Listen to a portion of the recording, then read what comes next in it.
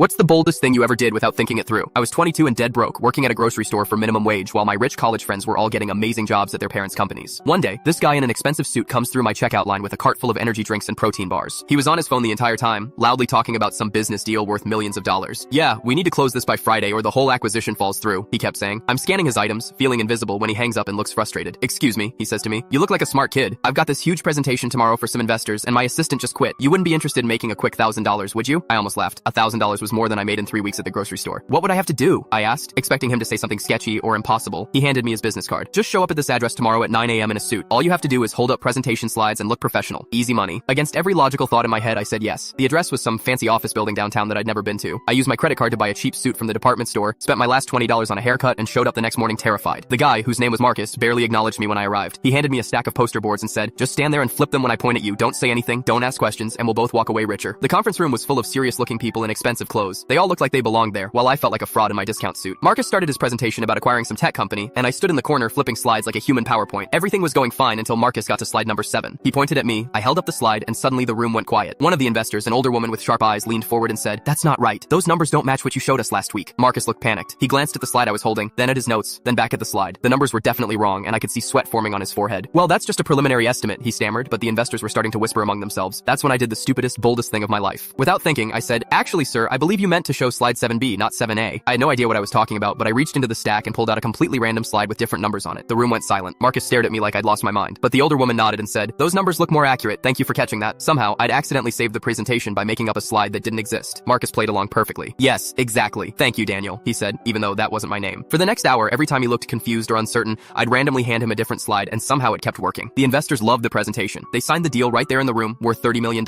As everyone was shaking hands and celebrating, Marcus pulled me aside. "I don't know what just happened, but you just saved my company. That wasn't even my presentation. I grabbed the wrong folder this morning." Turns out Marcus had been so stressed about his assistant quitting that he'd brought completely outdated materials to the most important meeting of his career. My random slide flipping had somehow covered up his mistake and made him look prepared and professional. "How did you know which slides to show?" he asked me. I looked him straight in the eye and said, "Lucky guesses." He laughed and handed me an envelope with $5,000 instead of the promised $1,000. But the best part came next. "You've got good instincts under pressure," he said. "How would you feel about being my new assistant? Real salary, benefits, the whole package." I quit my grocery store job that afternoon. 3 years later, I'm the operations manager at Marcus's company, making more money than I ever dreamed of. And Marcus still tells the story at company parties about the grocery store clerk who saved a $30 million deal by pretending to know what he was doing. The funniest part is that I still have no idea what those slides actually said. I was just too nervous to read them properly and kept grabbing random ones from the stack.